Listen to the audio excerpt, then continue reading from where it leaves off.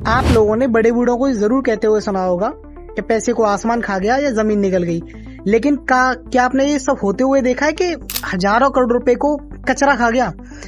ये अब मुझे नहीं पता कि सरकार का नया शोषण करने का तरीका है या क्या है, लेकिन मैं आपको पूरी कहानी बताता हूँ। ये 2017 से कहानी स्टार्ट होती है, जहां एक चाइनीज कंपनी जिसका नाम था चाइना जिनजियांग एनवायरनमेंट, जो इंडियन एक कंपनी को ग्रीन को 2017 में खरीदती है, जिसका काम था वेस्ट को मैनेज करना।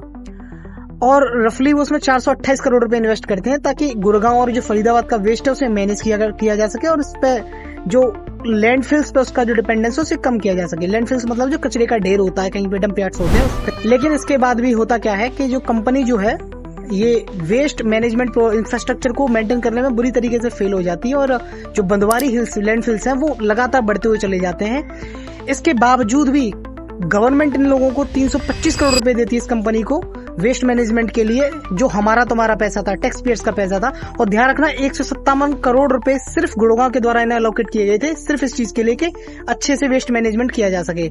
लेकिन ये कंपनी बुरी तरीके से फेल होती है और उसके बाद सन 2024 में सिर्फ 1 करोड़ रुपए में ये चाइनीज कंपनी अपना सारा तामझाम बेच के यहाँ से निकल जाती है। तो ये कचरा अब तक 800 साढ़े 800 करोड़ रुपए खा चुका है। लेकिन इसके आगे की कहानी बड़ी और इंटरेस्टिंग है।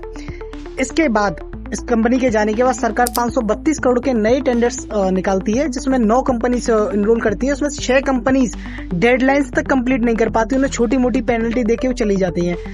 अभी भी मैंने सुना इस आर्टिकल के हिसाब से 600 करोड़ का एक और नया टेंडर तैयार है। तो भाई इतना पैसा कचरे में जा रहा है, कचरा वेस्ट मैनेजमेंट नहीं कर पा रही है सरकारें।